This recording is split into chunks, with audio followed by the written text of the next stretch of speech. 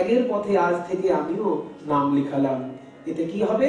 অজ্ঞান অন্ধকার দূর করে আমি মুকুন্দ সেবার মাধ্যমে এগিয়ে যাব। মহাপ্রভুর পথটি ছিল মুকুন্দ সেবার মাধ্যমে জনগণের আধ্যাত্মিক উন্নতি। সেটা স্বামী বিবেকানন্দ আরো বিস্তারিত করে দিলেন যে সব রকমের সেবার মাধ্যমে মানুষকে মানুষ করে তোলা।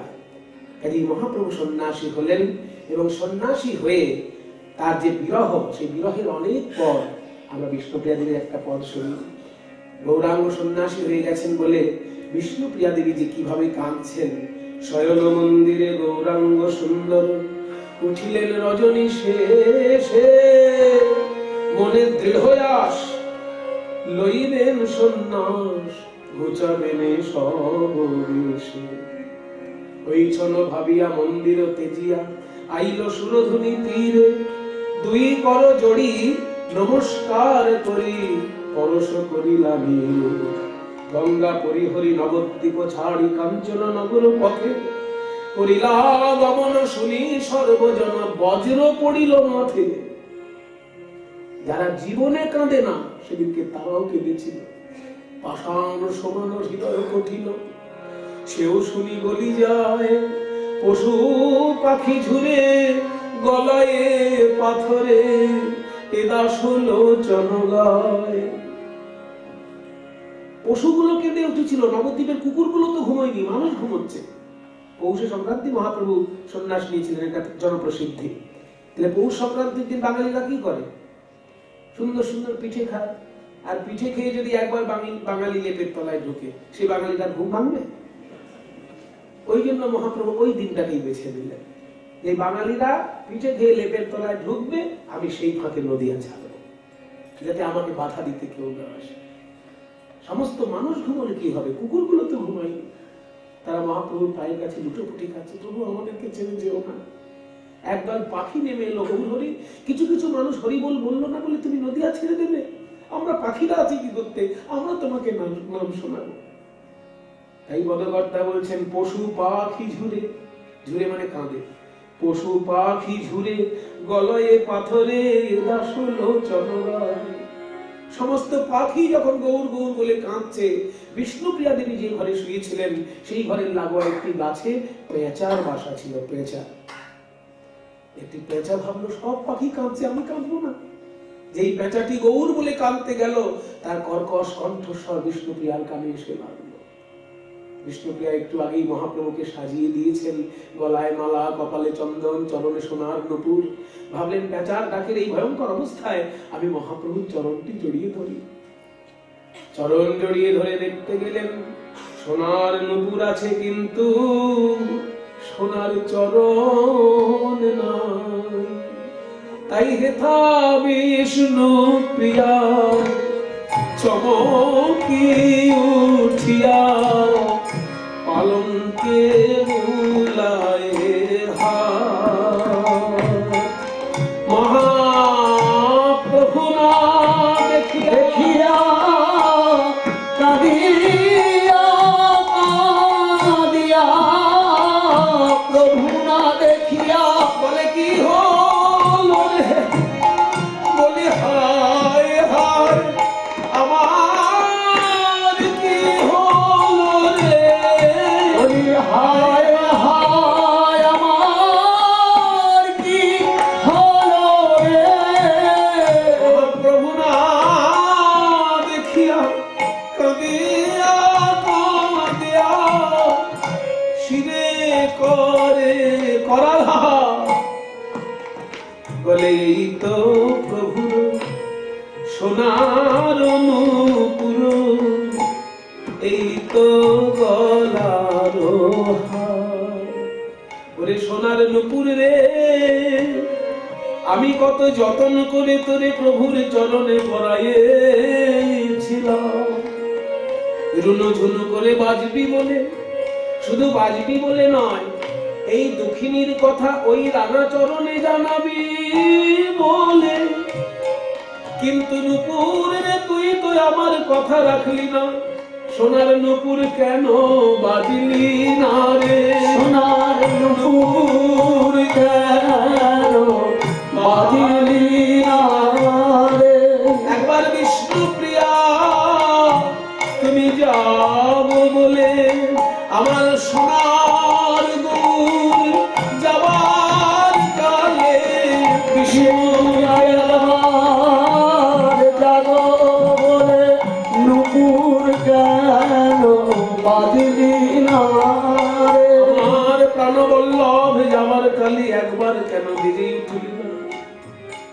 মালা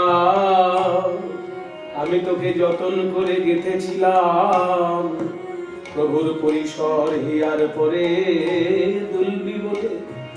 কিন্তু মালারে তুই বড় হতভাগিনী, আমার গৌরাঙ্গ চরণ হারালি। কানতে যদি হয় তুই একা কাঁদবি কেন? আয়রে মালা তুইও কাঁদার আমিও কাঁদি, তুইও কাঁদার আমিও কাঁদি। আমরা দুজনাই বড় হতভাগিনী, আমরা হারা গেছি গৌর গুণমণি। দুজনাই বড় হতভাগিনী, মালা তুইও কাঁদার আমিও কাঁদি। এসব দেখিয়া মরিব ঝুলিয়া, জিতে না পারিব আর বাঁচবো না, আমি আর বাঁচবো না। আচ্ছা, এই কদিন ধরে আমি শুনছিলাম ওনারা কাঞ্চননগরের আলোচনা করছিলেন বারবার। আমরা এখনকার দিনে যাকে কাটোয়া বলি, সেই যুগে কাঞ্চননগর বলতো। বুঝি কাঞ্চননগর গেলা বিশ্বম্ভর, কাঞ্চননগর গেলা বিশ্বম্ভর, জীব উদ্ধারিবার তরে, জীব উদ্ধারিবার তরে। দাস লোচন দগদগি মন সজি না পায় দেখিবারে, দাস লোচন দগদগি মন সজি না পায় দেখিবারে। লোচন দাস ঠাকুরের সৌভাগ্য, তিনি বিষ্ণুপ্রিয়া দেবীর দর্শন পেয়েছেন এবং নিজের লেখা পদ বিষ্ণুপ্রিয়া দেবীকে শুনিয়েছেন। এই সেই লোচন দাসের লেখা পদ। বিষ্ণুপ্রিয়া মনে মনে ভাবছেন, আমি বোধহয় খুবই বৃথা চিন্তা করছি, একটু বেশি ভেবে ফেলছি। এও তো হতে পারে মায়ের সঙ্গে প্রভু কোনো আলোচনায় ব্যস্ত। যাই গিয়ে দেখি।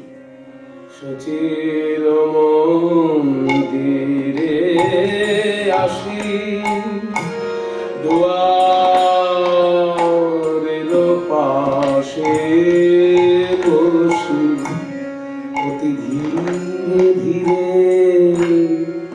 কহেন বিষ্ণু প্রিয়া। বিষ্ণু প্রিয়ার তো কথা কইতে নারে, প্রভুর চাঁদ মত মনে করে প্রিয়া। তবু না কইলে নয়, বলে শয়ন মন্দিরে ছিল মা, জানি না মিশি শেষে কোথায় গেল।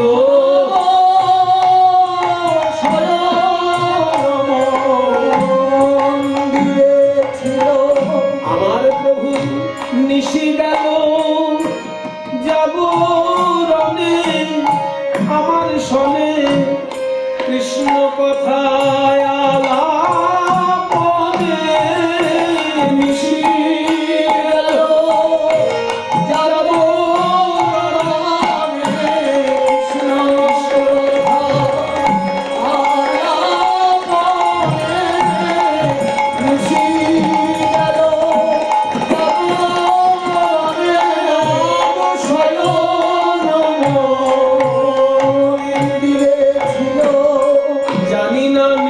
শেষে কোথায় গেল।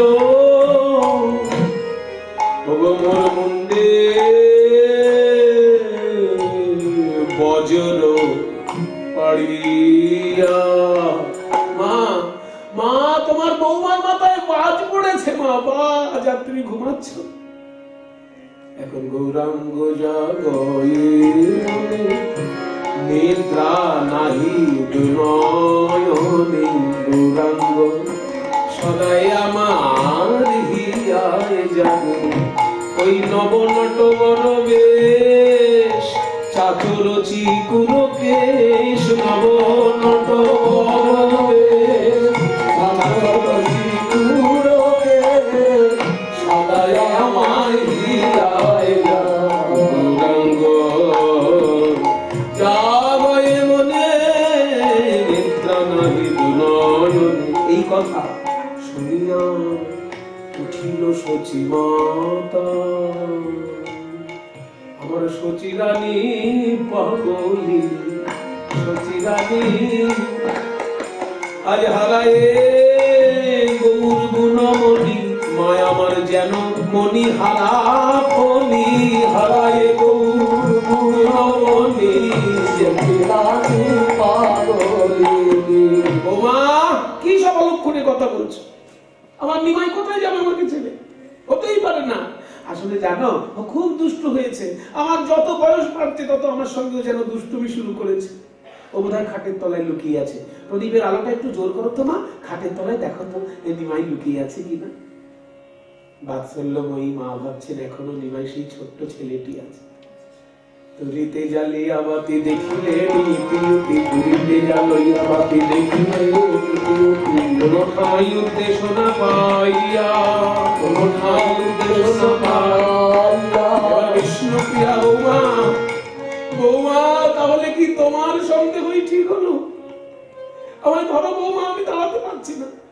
বিষ্ণুপ্রিয়া বধূ সাথে কাঁদিয়া কাঁদিয়া পথে বধূর সাথে কাঁদিয়া কাঁদিয়া পথে তাকে সচিনী মাই বলিয়া সচিনী মায় বলিয়া দাঁড়ারে দাঁড়া রে দাঁড়ারে ওরে আমার বাপ নিমাই দাঁড়ারে দাঁড়ারে ওরে আমার বাপ নিমাই দাঁড়ারে দাঁড়ারে আমিও তোর সঙ্গে যাব শূন্য ঘরে কি করিব আমিও তোর সঙ্গে যাব শূন্য ঘরে কি করিব দাঁড়ারে দাঁড়ারে তাকে সচিনী মাই বলিয়া শুনি নদীয়ার লোকে কাঁদে উচ্চ ঈশ্বরে শোকে নদীয়ার লোকে কাঁদে উচ্চ স্বরে শোকে তারে তারে পুছে নবারতা তারে তারে পুছে নবারো তখন একজনে পথে ধায় 10 জনে পুছে তাই একজনে পথে ধায় 10 জনে পুছে তাই গৌরাঙ্গ দেখেছ যেতে কোথায় গৌরাঙ্গ দেখেছ যেতে কোথায়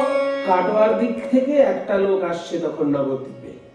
সারা নবদ্বীপের লোক তাকে ঘিরে ধরেছে। এই যে মশাই, এই যে মশাই, আপনি তো এই যে কাঞ্চননগর থেকে আসছেন, আমাদের গৌরাঙ্গকে দেখেছেন? গৌরাঙ্গ কি গো? আরে বাবা গৌরাঙ্গকে কি করে বোঝাবো? সোনার মতন তার গায়ের রং, কোঁকড়ানো চুল, ওই রকম দীর্ঘ দেহ, সারা নবদ্বীপে কারণ নেই। হ্যাঁ যা বলছেন ওই রকম একজনকে দেখেছি, হা কৃষ্ণ বলে পাগলের মতো ছুটে ছুটে যাচ্ছে। সে বলে দেখেছি যেতে আর কেহ নাহি সাথে, বলে দেখেছি যেতে আর কেহ নাহি সাথে, কাঞ্চন নগর পথে ধায় নগর পথে ধায় কহে বাসু ঘোষ ভাষা সচির এমন দশা হে ঘোষ ভাষা সচির এমন দশা কহে বাসু ঘোষ ভাষা সচির এমন দশা হে ঘোষ ভাষা সচির এমন দশা পাছে জানি মস্তক মুড়া মস্তক মুড়া। ভাগ্যবান পদকর্তা বাসুদেব ঘোষ, যিনি মহাপ্রভুর অত্যন্ত প্রিয় গায়ক ছিলেন, গীতিকার, এবং তিনি নিজে গায়ক। মহাপ্রভুর থেকে কীর্তন শিখার সৌভাগ্য হয়েছে তার। 3 ভাইয়েরা প্রধানত, যদিও কোথাও আছে 8 ভাই, কিন্তু 3 ভাইয়ের মূল মহাপ্রভুর পার্শ্বদ গোবিন্দ, মাধব, বাসু, এই 3 ভাই যাহার কীর্তনে নাচে চৈতন্য গোসাই। বাসুদেব ঘোষ, গোবিন্দ ঘোষ এবং মাধব ঘোষ 3 জনই পদকর্তা, 3 জনই কীর্তন গায়ক, মহাপ্রভু প্রিয় সঙ্গীতের মানুষেরা।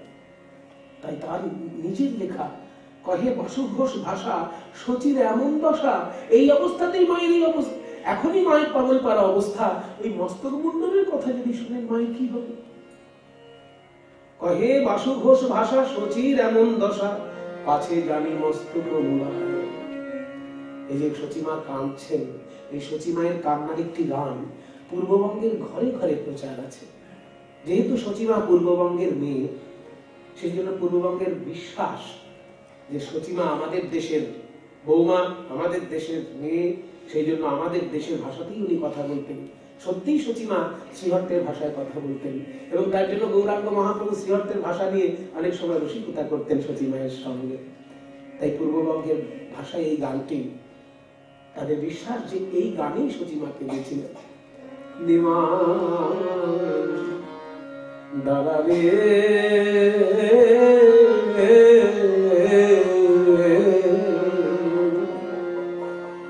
দাঁড়ারে দাঁড়ারে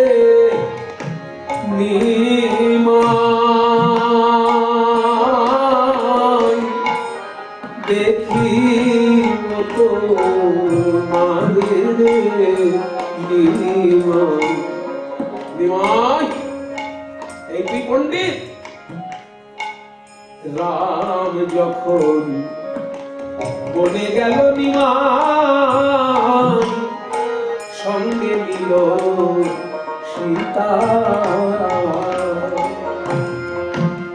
তুমি কেন নিলে না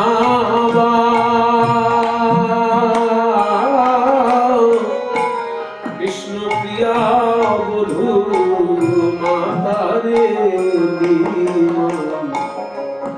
দাদারে? এই যে নবদ্বীপের লোক, তোমরাই তো বলেছিলে নিমাইকে পড়াও, নিমাইকে পড়াও। আমি পড়াতে চাই। আমি জানতাম বেশি পড়াশোনা করলেই তার কাছে সংসার অসার হয়ে যায়, সেই জন্য তো পড়াইনি আমার নিমাইকে। আর তোমরা পড়াতে বলেছিলে, এই যে আমার নিমাই চলে গেল। তোমরা দেখবে, দেখো রে নদিয়ার লোকজন, দেখো রে দাঁড়ায়ে আমার নিমাই চাঁদ সন্ন্যাসে গেল রে। নিমাই রে, ও নিমাই রে,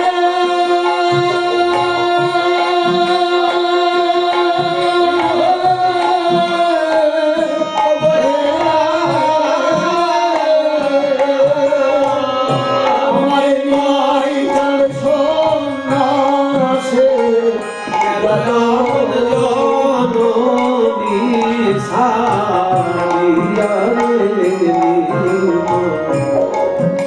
দাদা রে।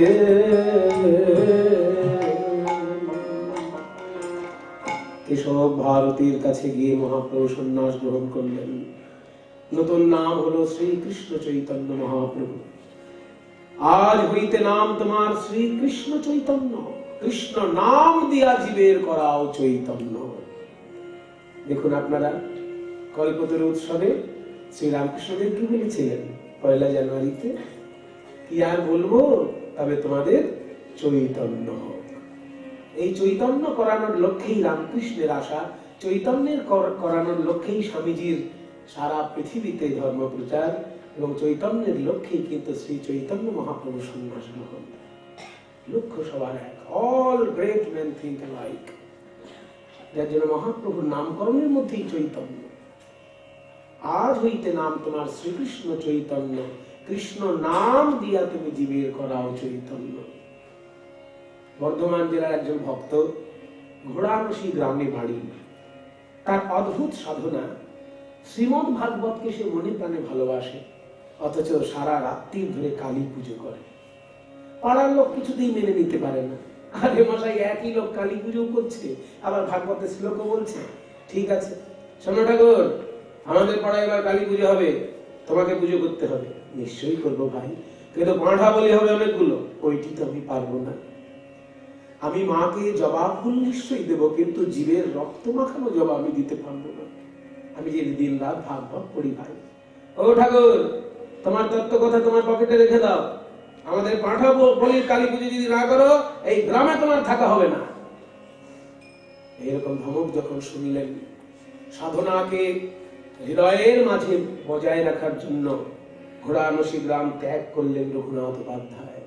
শ্রীমদ ভাগবতকে বুকে রাখলেন, তার সেবিত শালিগ্রাম শিলাটিকে গলায় বেঁধে নিলেন, গ্রাম ত্যাগ করে চললেন নিরুদ্দেশে।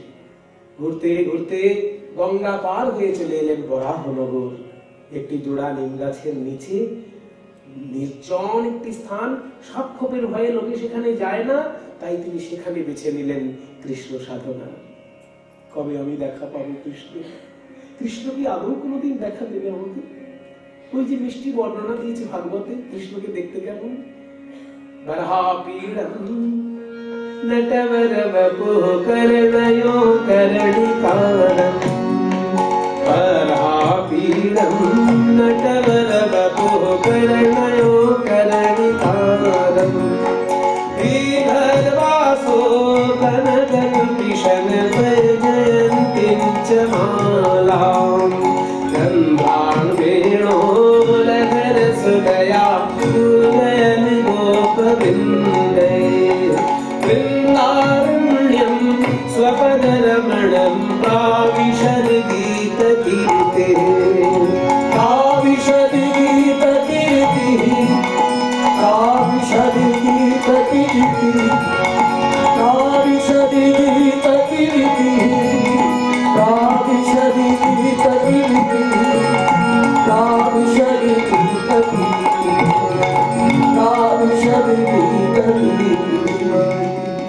ঠাকুর মশাই আপনি কি বলছেন বুঝতে পারছেন, একটু বাংলায় বলুন।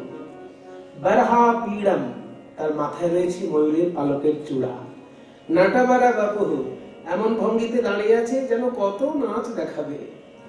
কর্ণায় কর্ণিকারম, কানে রয়েছে তার কর্ণিকার। বিভ্রত বাস ও কনক কপীশম, এত সুন্দর কাপড় পরেছে যেন সোনার রং হার মেনে যাচ্ছে। বৈজয়ন্তীং চ মালাম, তার গলায় যে মালাটি আছে তাতে 5 রঙের ফুল আছে। যে মালায় 5 রকমের ফুল থাকে তাকে বলে বৈজয়ন্তী মালা।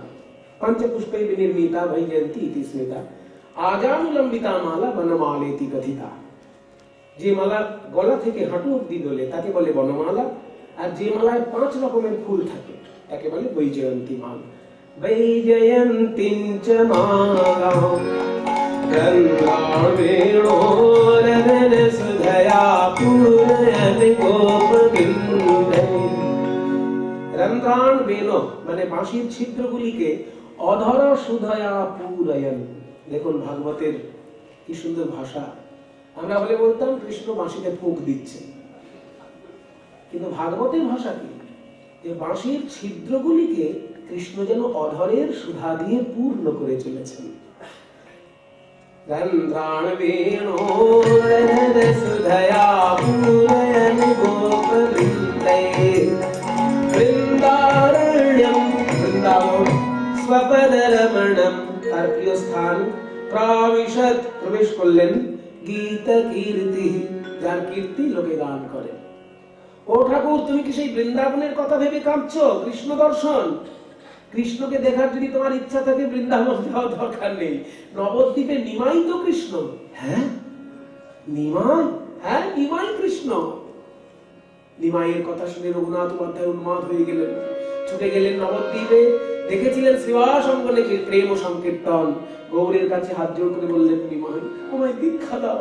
আমি কৃষ্ণ নাম করি, ভাগবত পাঠ করি, কিন্তু কৃষ্ণ মন্ত্রে আমার দীক্ষা হয়নি। আমি মাকে ভালোবাসি, কালী পুজো করতাম, শক্তি মন্ত্রে আমি আশ্রিত। গৌর সুন্দর বললেন, দেখো এই অবতারে আমি সাক্ষাৎ কাউকে দীক্ষা দেব না, তাই আমি দীক্ষা তোমায় দিতে পারবো না। আমার অন্তরঙ্গ পার্ষদ গদাধর আমার অভিন্ন স্বরূপ, তুমি তার কাছ থেকে দীক্ষা নাও। কৃষ্ণ মন্ত্রে আবার দীক্ষা নিলেন রঘুনাথ উপাধ্যায়। তাকে কানে কানে বলেছিলেন মহাপ্রভু, তুমি ফিরে যাও বরাহনগরে, আমি সন্ন্যাসী হব, সন্ন্যাসী হবার পর তোমার কাছে বেড়াতে যাব।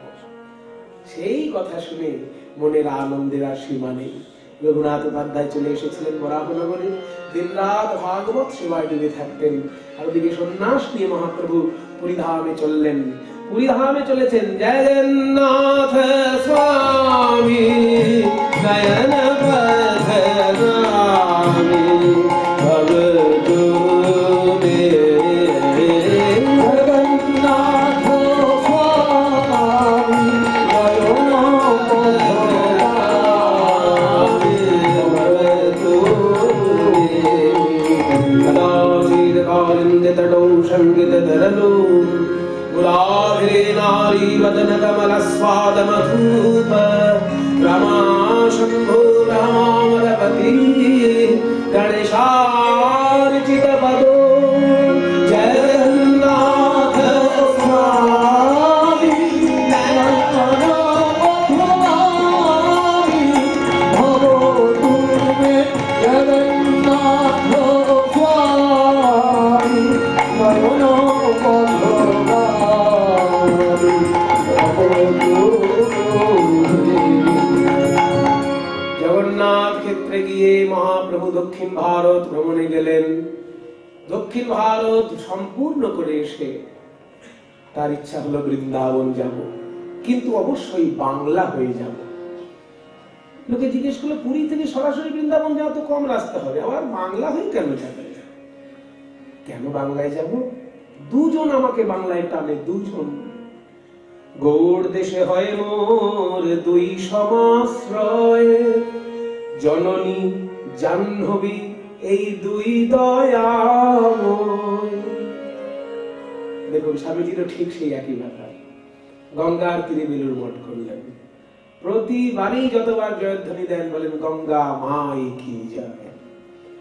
স্বামীজিও মনে প্রাণে গঙ্গাকে শ্রদ্ধা করতেন এবং জননী মাকে শ্রদ্ধা করতেন। সন্ন্যাসের দক্ষিণাও তিনি মাকে দিয়েছেন, যাতে মা কেস লড়ে তার বাড়ি উদ্ধার করতে পারেন। এর জন্য কথা শুনতে হয়েছে স্বামীজিকে, তবুও মাকে তিনি কখনো অশ্রদ্ধা করেননি। মনে প্রাণে মাকে শ্রদ্ধা করেছেন স্বামীজিও যেমন, চৈতন্য মহাপ্রভু তেমন।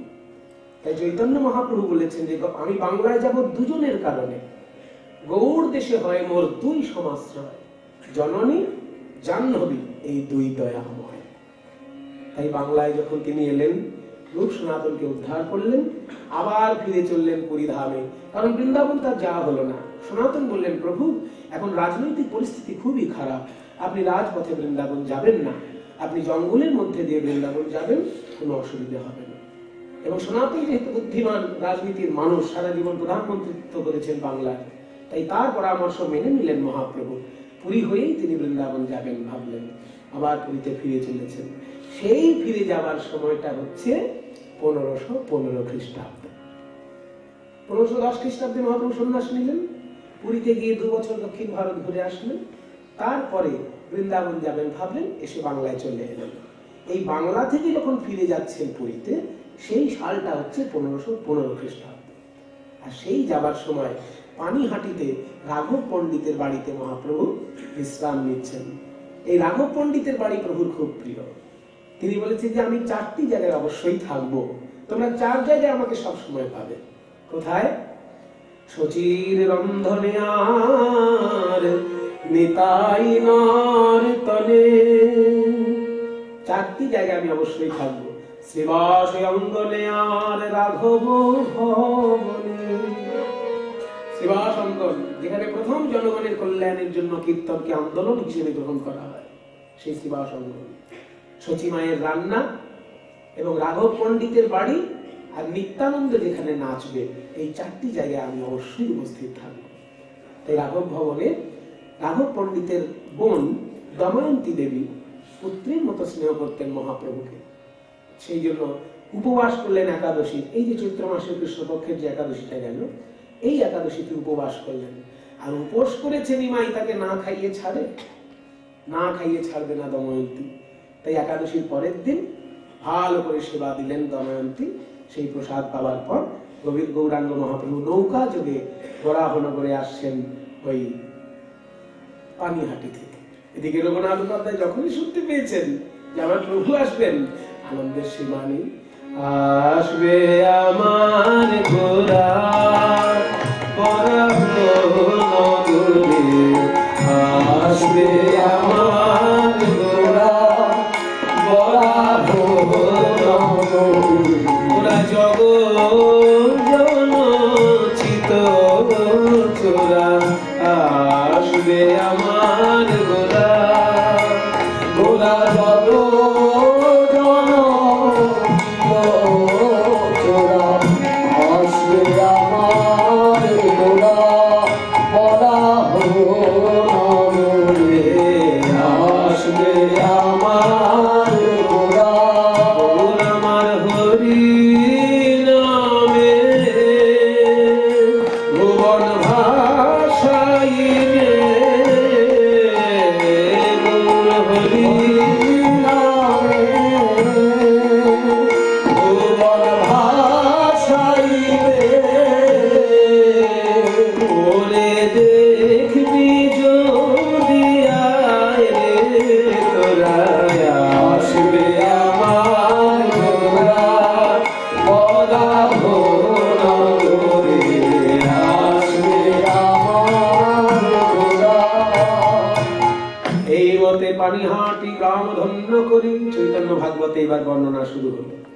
এই মতো পানিহাটি গ্রাম ধন্য করি, আছিলেন কতদিন গৌরাঙ্গ শ্রীহরি, তবে প্রভু আসিলেন বরাহনগরে, তবে প্রভু আসিলেন বরাহনগরে, মহাভাগ্যবন্ত এক ব্রাহ্মণের ঘরে, মহাভাগ্যবন্ত এক ব্রাহ্মণের ঘরে। আসলে চৈতন্য ভাগবত যখন লেখা হচ্ছে, তখন এনার নামটি হয়তো বৃন্দাবন দাসের কানে পৌঁছায়নি। এনারা এত সত্যবাদী যে বানিয়ে একটা নাম লিখে দেননি। যেহেতু নামটি তার কানে তখনও পৌঁছায়নি, তাই তিনি ঘটনাটি জানতেন, নামটি কিন্তু সেখানে লেখেননি, নামটি পরে জানা গিয়েছে। তাই চৈতন্য ভাগবতের বর্ণনায় মহাভাগ্যবন্ত এক ব্রাহ্মণের ঘরে, পরবর্তীকালে জানা গেছে তিনি হলেন রঘুনাথ উপাধ্যায়। তার মূল বাড়ি হচ্ছে বর্ধমান জেলায় ঘোড়ানসি গ্রাম, সেখান থেকে তিনি চলে এসেছিলেন বরাহনগরে।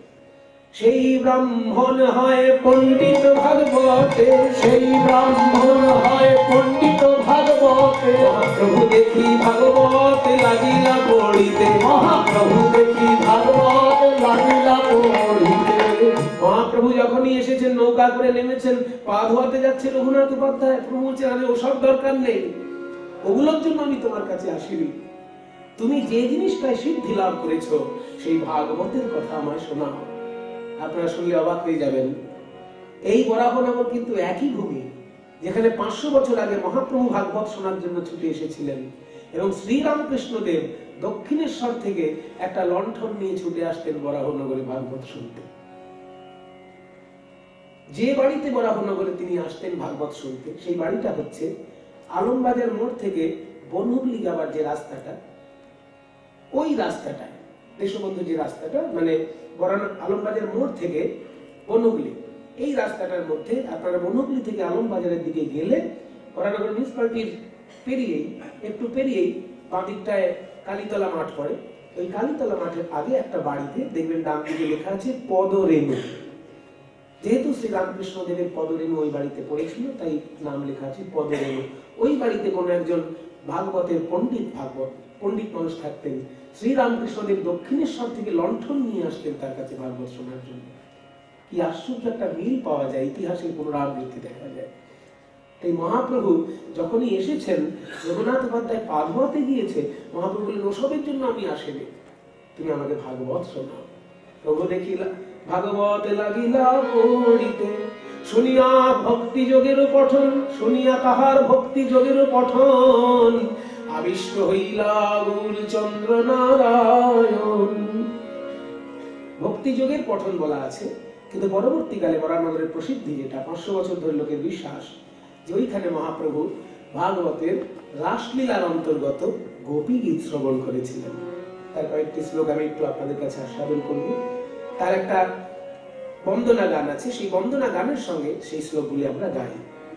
হে নন্দনন্দনা যশোদা জীবন, হে দামোদর, হে শ্রী মাধব, হে নন্দনন্দন যশোদা জীবন, হে দামোদর, হে শ্রী মাধব।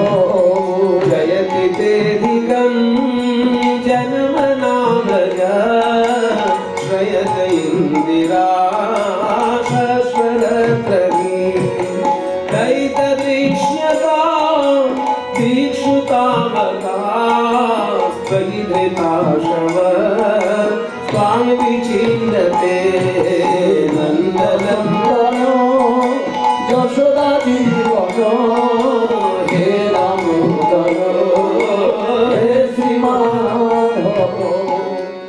এই বর্ণনাটি রয়েছে শ্রীমদ্ ভাগবতের 10ম স্কন্ধে 31 অধ্যায়, মানে 29 অধ্যায় থেকে 33 অধ্যায় পর্যন্ত 5টি অধ্যায় রাসলীলার বর্ণনা। তার মধ্যে যখন রাসলীলায় শ্রীকৃষ্ণ নিজেকে লুকিয়ে ফেললেন, গোপীদের ভালোবাসা পরীক্ষা করার জন্য যখন নিজেকে লুকিয়ে ফেললেন, সেই সময় গোপীগণ কৃষ্ণ দর্শন না করতে পেরে হা হুতাশ করে কাঁদতে কাঁদতে এই শ্লোকগুলি গানের মাধ্যমে বলেছিলেন। তাই এই অধ্যায়টির নাম গোপী গীত। কেঁদে কেঁদে গোপীগণ বলছেন, জয়তি তেধিকং জন্মনা ব্রজ, হে কৃষ্ণ তুমি জন্ম নিয়েছো বলে বৃন্দাবনের জয়ধ্বনি চারিদিকে শোনা যাচ্ছে।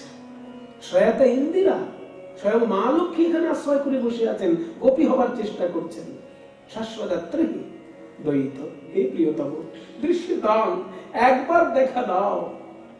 দীক্ষু তাবকাস্তৈ ধৃতাশব, তোমার কাছে আমাদের প্রাণগুলো বন্ধক রাখা আছে। তৈ ধৃত আশব মানে অশব, পশু মানে প্রাণ, অশব প্রাণের বহুবচন। আমাদের প্রাণগুলো তোমার কাছে বন্ধক রাখা আছে, তুমি না ছাড়লে আমরা মরতেও পাচ্ছি না, বাঁচতেও পাচ্ছি না। প্রাণগুলো তুমি বন্ধক রেখে কেন ওরকম লুকিয়ে গেছো? তৈ ধৃতাশব ত্বাং বিচিন্নতে, তোমাকে খুঁজে বেড়াচ্ছি।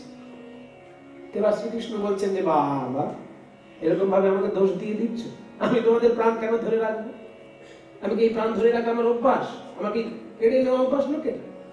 বলে হ্যাঁ, তুমি তো ছোটবেলায় মাখন চুরি করতে, ছোটবেলায় মাখন চুরি করেছো, আর বড়বেলায় তুমি শরৎকালের সরোবরের সুন্দর পদ্ম ফুলের শোভাটাকেও চুরি করে নিয়ে তোমার নয়নে লাগিয়েছো।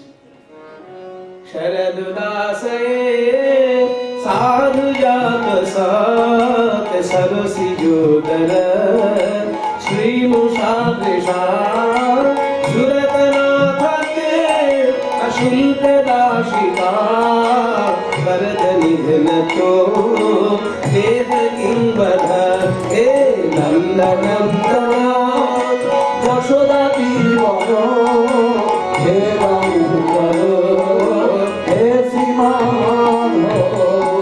বলছে শরৎকালে উদাশয়ে, উদক মানে জল, উদাশয় মানে জলাশয়, শরৎ উদাশয়ে সাধু জাত, শরৎকালের সরোবরে সুন্দরভাবে জন্ম নিয়েছে এমন একটা সরসিজ মানে পদ্ম ফুল, তার গর্ভে যে শোভা, সেই শোভাটাকে চুরি করে নিয়ে তুমি তোমার নয়নে যুক্ত করেছো। আর আমাদের মনটাকে ছাড়বে, আমাদের মনও তুমি কেড়ে রেখেছো। বলে বাবা, আগেই তো দোষ দিয়ে ফেললে, যাও দর্শন দেবো ভাবছিলাম, এই দোষ যখন দিয়ে ফেলেছো আমি আর দর্শন দেবো না, তোমরা মরে যাও, আমার তাতে কিছু করার নেই। সে কি গো, আমরা মরে গেলে কিছু যায় আসে না? না, আমার কিছু যায় আসে না। বলে এই কথা তো মানলাম না, আমাদেরকে বারবার বাঁচানোর চেষ্টা করেছো তুমি, বারবার। বিষয় জলা প্যায়াদ জ্ঞাল রাশাদ বর্ষ মালুতাদ বৈদ্যতাদলা বিষময়াত্মজা বিশ্বতো ভয়াত ঋষভতে বয়ম রক্ষিতামহ। বিষ জল অপ্যয়াত, কালীয় নাগের বিষ জল যখন আমরা খেতে গেছিলাম, তুমি কালীয় দমন করে বাঁচিয়েছো। বর্ষা মারুতা, ইন্দ্র যখন ঝড় বৃষ্টি শুরু করলো, গিরি গোবর্ধন ধারণ করে বাঁচিয়েছো। বৈদ্যুতানলা, যখন দাবানল লেগে গেল জঙ্গলে, সেই দাবানল পান করে তুমি আমাদের বাঁচিয়েছো, বারবার আমাদের বাঁচিয়েছো, আর আজকে বাঁচাবে না? কৃষ্ণ বলছে দেখো, আমি গিরি গোবর্ধন ধারণ করেছি আমার মা বাবাকে বাঁচানোর জন্য। মা বাবাও তো মরে যেত ওই বছর, ওই যখন ঝড় বৃষ্টিতে। আমি গিরি গোবর্ধন ধারণ করেছি মা বাবাকে বাঁচানোর জন্য। এবার তোমরা যদি প্রাণের ভয়ে সেইখানে পেছনে এসে দাঁড়িয়ে থাকো, তো আমি কি করবো? দাঁড়িয়ে দেবো? ও, তাহলে মাকে বাঁচানোর জন্য এই গিরি গোবর্ধন, আমরা কেউ না। এ কথা তোমার মুখে মানায় না কৃষ্ণ। নখলু গোপিকা নন্দনো ভবান অখিল দেহি নাম অন্তরাত্মদৃগ বিখল সাধিত বিশ্বদূতয়ে সখয় দেবান সাত্বতাঙ্গুলে। না খালু গোপিকানন্দন, তুমি শুধু গোপিকানন্দন কৃষ্ণ নও। অখিল দেহি নাম অন্তরাত্মদৃক, তুমি প্রত্যেকটি জীবের অন্তরাত্মা। বিঘ্ন সার্থিত, ব্রহ্মার দ্বারা প্রার্থিত হয়ে বিশ্বদূতয়ে জগৎকে রক্ষা করার জন্য সখ হে সখা উদয়বান উদয় হয়েছ সাত্বতাঙ্কুলে সদ্বংশে। বলে মা যশোদা কে বাঁচানোর জন্য গিরি গোবর্ধন ধারণ করেছিলাম। বিশ্বাস হলো না তোমাদের? ঠিক আছে ঠিক আছে, বেশি ঝগড়া করবো না। কি চাইছো বলো, দিয়ে দিচ্ছি। কি চাইছি? বিরচিতা ভয়ম বিষ্ণু ধুরিয়তে চরণমেয়ুষাং সংসৃতের ভয়া করসরোরুহং কান্ত কামদম শিরশিধেন শ্রীকরগ্রহম। বিরচিতা ভয়ম, তুমি যে অভয় রচনা করো, তোমার চরণে যারা একবার শরণাপন্ন হয় তাদের তুমি অভয় দেখাও কি দিয়ে? হাত দিয়ে। সেই হাতটা তুমি আমাদের মাথায় রাখো। শিরসি দেহি, নহ নহ মানে আমাদের, দেহি মানে রাখো, শিরসি মাথায়, আমাদের মাথায় ওই হাতটা রাখো। শ্রী করগ্রহম, শ্রী করগ্রহম, শ্রী শ্রী মানে সুন্দর, আবার একদিকে শ্রী মানে লক্ষ্মী, মানে লক্ষ্মী যে হাতটি ধরার জন্য ব্যাকুল, ওই হাতটি আমাদের মাথায় রাখো। এবার যেই বলেছে লক্ষ্মী আমার হাত ধরার জন্য ব্যাকুল, অমনি কৃষ্ণ বলছে ওরে বাপ রে, এত মূল্যবান হাত তাকে তোমাদের মাথায় কেন দিই? তোমরাই তো বলে দিচ্ছ শ্রী করগ্রহম, আরে লক্ষ্মী আমার হাত ধরার জন্য ব্যাকুল, তো এই মূল্যবান হাত আমি তোমাদের মতন সাধারণ গোপিনীদের মাথায় কেন রাখবো? হাত রাখবে না? না রাখবো না। ব্রজ জনার্তিহন বীর যোষিতা নিজ জন স্ময়া ধর্ষণ স্মিতা ভজ সখে ভব কিঙ্করি স্মনো জলদুহাননম চারু দর্শয়। ব্রজ জনার্তিহন, এই ব্রজজনের আরতি ব্যথা তুমি হরণ করো। বীর যোষিতাম, হে বীর, এই ব্রজ গোপীগণের নারীগণের নিজের জানা স্ময় ধ্বংসনা স্মিত, তাদের যত দুঃখ যত ব্যথা জ্বালা যন্ত্রণা সব দূর হয়ে যায় তোমার ওই মিষ্টি মুখের একটুখানি হাসি দেখলে পরে। তাহলে ওই মুখের একটুখানি হাসি আমাদেরকে দেখাও। হাত দিতে হবে না, হাত যখন অত মূল্যবান আমাদের মাথায় দিতে হবে না, একটু হাসি দেখাও মুখে। বলে না, আমার এই হাসিও দেখাবো না, খুব মূল্যবান আমার হাসি। তোমরাই তো বলছো এই হাসি দেখলে পরে দুঃখ দূর হয়ে যায়, জ্বালা দূর হয়ে যায়। বাবা, এত মূল্যবান হাসি কেন দেখাবো তোমাদের? তখন বলছে ঠিক আছে, তোমার হাত মূল্যবান, মুখ মূল্যবান, তাহলে যেটা মূল্যবান নয় সেটা আমাদেরকে দাও। যে জায়গাটায় সবসময় কাদা লাগে, যে জায়গাটা গোবরের উপর চলে যায় মাঝে মাঝে, বুঝতে পারছো তো? প্রণত দেহিনাং পাপকর্ষণম ত্রিণচরণুগম শ্রীনিকেতনম ফণিফণার্পিতম তে পদাম্বুজম কিণকুচেষুনা কিম্ভিরিচ্ছয়ম। বলছে যেটা তোমার মূল্যবান নয় সেটা দাও। কি না বলছে যে প্রণত দেহিনাং পাপকর্ষণম, তোমার শ্রী চরণ, চরণটি কেমন? প্রণত দেহিনাং পাপকর্ষণম, যারা প্রণাম করে তোমার চরণে তাদের সকলের পাপ আকর্ষণ করে নাও। কিন্তু তা বলে ভেবো না চরণটা খুব মূল্যবান। পরেই বলছে তৃণচরানুগম, তৃণ মানে ঘাস, চর মানে ঘাসের উপর যে চরে, অর্থাৎ গরু বাছুর। সেই গরু বাছুরের পিছনে পিছনে তোমার চরণ যায়, তা সেটা কি খুব মূল্যবান হলো? আপনারাই বলুন, গরুর আর বাছুরের পিছনে যে চরণ যাবে সেখানে গোবর আর ওই সব মাখামাখি হবে, সেটা কি খুব ভালো দেখতে লাগবে? গোমূত্র গোময়ে মাখামাখি যে চরণ, কি এমন ভালো হয়? তাই বলছে তৃণচরানুগম। কিন্তু আবার বলছে গোবিন্দ যদি রেগে যায় ওই কথায়, তাই বলছে শ্রীনিকেতনম, মা লক্ষ্মীর গৃহস্বরূপ তোমার চরণ। যদিও গোবরে মাখামাখি, কিন্তু তবুও মা লক্ষ্মীর গৃহস্বরূপ, সমস্ত সৌন্দর্য সমস্ত সম্পদের গৃহস্বরূপ ওই চরণ শ্রীনিকেতনম। বলে বাবা, তোমাদের তো কথা ঠিক নেই, একবার উপরে তুলছো, একবার তুলে দিচ্ছ, একবার বলছো গোবর মাখামাখি, আবার একবার বলছো লক্ষ্মীর গৃহস্বরূপ। তা আমি দেবো না, এ খুব মূল্যবান, লক্ষ্মীর গৃহস্বরূপ বলছে। বলে লক্ষ্মীর গৃহস্বরূপ তো কি হয়েছে? ফণিফণার্পিতম, কালিয়নাগের মাথার উপরেও তো ওই চরণ স্থান পেয়েছে। তো সাপের মাথায় যদি তোমার ওই পাওয়া যেতে পারে, সাপের থেকে অনেক ভালো জায়গা আমাদের সীতা। ফণিফণার্পিতম তে পদাম্বুজম কিণকুচেষুনা কিম্ভিরিচ্ছয়ম। মদন দেবতার দংশনকে দূর করে দিতে পারবে তোমার ওই শ্রীচরণ আমাদের হৃদয়ে যদি রাখো। বলে বাহ, আমাকে তো অনেক কিছু বলছো তখন থেকে, কিন্তু চরণও দেব না, বদনও দেব না, হাতও দেব না। তাহলে এক কাজ করো, মধুরয়া গিরা বলগুবাক্যয়া বুধ মনোজ্ঞয়া পুষ্করেষণা বিধি করি রিমা বীরয়চ্ছসি অধর সেদুনা আপ্যায়স্বনা। তাহলে আমরা তো তোমার অতিথি, বাঁশি বাজিয়ে যখন গোপীদেরকে রাসলীলায় ডেকে এনেছো, আমরা অতিথি। অতিথি যদি বাড়িতে আসে, নিমন্ত্রণ যদি করেন, বিয়ে বাড়িতে যদি আপনারা নিমন্ত্রণ করেন কার্ড দিয়ে কাউকে, এবার সেই লোকটা আসলে তাকে না খাইয়ে পাঠাতে হয় কি? প্রথমেই তাকে পানীয় দেওয়া হয়, সেটা চা হোক, শরবত হোক, থামস আপ হোক, যাই হোক পানীয় দেবে, তারপরে খাদ্য। বলে খাদ্য আমরা পরে চাই, এখন আগে আমাদের পানীয় দাও। কি না অধর সিধুনা আপ্যায়স্মনা, তোমার অধর সুধা দিয়ে আমাদেরকে আগে অতিথি সম্ভাষণ করো। তাই বলছে শুধু অধর সুধা নয়, যদি পানীয় দেওয়া হয়, এমনি পানীয় দেওয়া হয় কি? চা দিলে কি শুধু চা কেউ দেয়? তার সঙ্গে বিস্কুট দেয় না?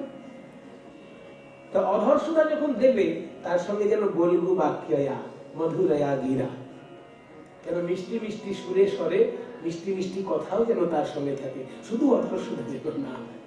মথুরায়া গিরা বন্ধু বাক্যয়া বুধমানোজ্ঞয়া পুষ্করেক্ষণা। আমরা তোমার চরণের দাসী, কিন্তু আপাতত অতিথি। যেহেতু তুমি বাঁশি বাজিয়ে আমাদের দিকে এনেছো, তাই আমাদেরকে আপ্যায়ন করো। তখন কৃষ্ণ বলছে, ওরে আমার কি রে, আপ্যায়ন করতে যাবে, আর আপ্যায়নের যা তোমরা ফিরিস্তি দিলে, ও তো আমার তার মানা সম্ভব না এখন। বলে, আচ্ছা আমি একটা প্রশ্ন করবো। এটা কিন্তু গোস্বামী মানে টিকার মধ্যে, সনাতন গোস্বামী, জীব গোস্বামী যে ভাগবতের টিকা করেছেন, যেই টিকার আলোকে ডক্টর মহানামৃত ব্রহ্মচারী ভাগবতের ব্যাখ্যা করেছেন হেলালনা, সেই টিকার মধ্যে আছে।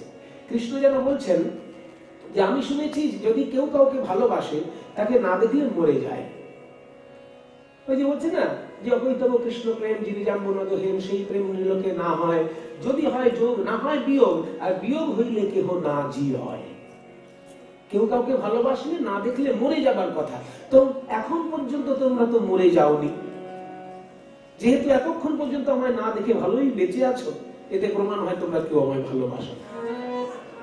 যদি তোমরা মরে টরে যেতে, তখন আমি বুঝতাম সত্যিই তোমরা আমায় ভালোবাসো। কৃষ্ণের এই প্রশ্নের উত্তরে এবার গোপীগণ যেটি বলছেন শ্লোকটি, সেই শ্লোকটি বলেই আমি ভাগবতের প্রসঙ্গ শেষ করে মহাপ্রভুর ওই প্রসঙ্গে যাব। এই শ্লোকটি কিন্তু শ্রী রামকৃষ্ণ কথামৃতের পাতা উল্টালেই আপনারা দেখতে পাবেন। তব কথামৃতম তপ্ত জীবনম কবিভিरीडितम কল্মষাপহম শ্রবণমঙ্গলম শ্রীমদাততম ভুবি গৃণন্তি তে ভূরিদা জনা। শ্রীরামকৃষ্ণ কথামৃতের পাতা উল্টালেই আমরা এই শ্লোকটা দেখতে পাই। এটা হচ্ছে ওই গোপী গীতের ৯ম শ্লোক।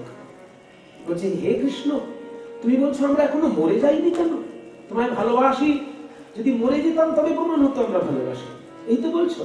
শুনে রাখো, আমাদেরকে বাঁচিয়ে রেখেছে কে জানো? তব কথামৃতম। আমরা মরেই যাচ্ছিলাম, তব কথামৃতম, তোমার কথারূপী অমৃত আমাদেরকে বাঁচিয়ে রেখেছে। কথামৃতটি কেমন? তপ্ত জীবনম। তপ্ত জীবনম মানে কি? তপ্ত মানে গরম, জীবন মানে প্রাণ। তাহলে তোমার কথা গরম প্রাণ, ওই রকম অনুবাদ হয় না। আবার জল বলছে, জলের আরেক নাম জীবন। তাহলে তপ্ত মানে গরম, জীবন মানে জল, তাহলে তোমার কথা গরম জল। উদ্ভট উদ্ভট মানে হয়ে যাবে। ওই জন্য মহাপ্রভু বলেছিলেন, ভাগবত পড়ো গিয়া বৈষ্ণবের স্থানে। সঠিক ব্যাখ্যা যারা না জানে, তার কাছে ভাগবত পড়তে গেলে উদ্ভট গরম জল হয়ে যায়। এর অন্তর্নিহিত অর্থটা কি? তব কথামৃতং তপ্ত জীবনম। তপ্ত মানে গরম, জীবন মানে জল, কিন্তু তপ্ত জীবনম মানে গরম জল না। উত্তপ্ত মরুভূমিতে পথ হারানো পথিকের কাছে একটুখানি জল যেমন প্রাণদায়ক, তেমনি সংসাররূপী মরুভূমিতে যারা পথ হারিয়ে ফেলেছে, তাদের কাছে কৃষ্ণ কথা হচ্ছে প্রাণদায়ক অমৃত। তব কথামৃতং তপ্ত জীবনম কবিভিरीडितम। বড় বড় কবিদের তারা প্রশংসিত, বাল্মীকি, বেদব্যাস থেকে শুরু করে রবীন্দ্রনাথ, নজরুল পর্যন্ত সবাই তোমার কথামৃতের প্রশংসা করে গেছে। কবিভিरीडितम কল্মষাপহম, সমস্ত পাপ হরণকারী। কবিভিरीडितम কল্মষাপহম শ্রবণমঙ্গলম, শুনলেই মঙ্গল হয় তোমার কথা। ছানা খাও শরীর ভালো হবে, ছানা খাও শরীর ভালো হবে। এটা শুনে শুনে কারো শরীর ভালো হবে?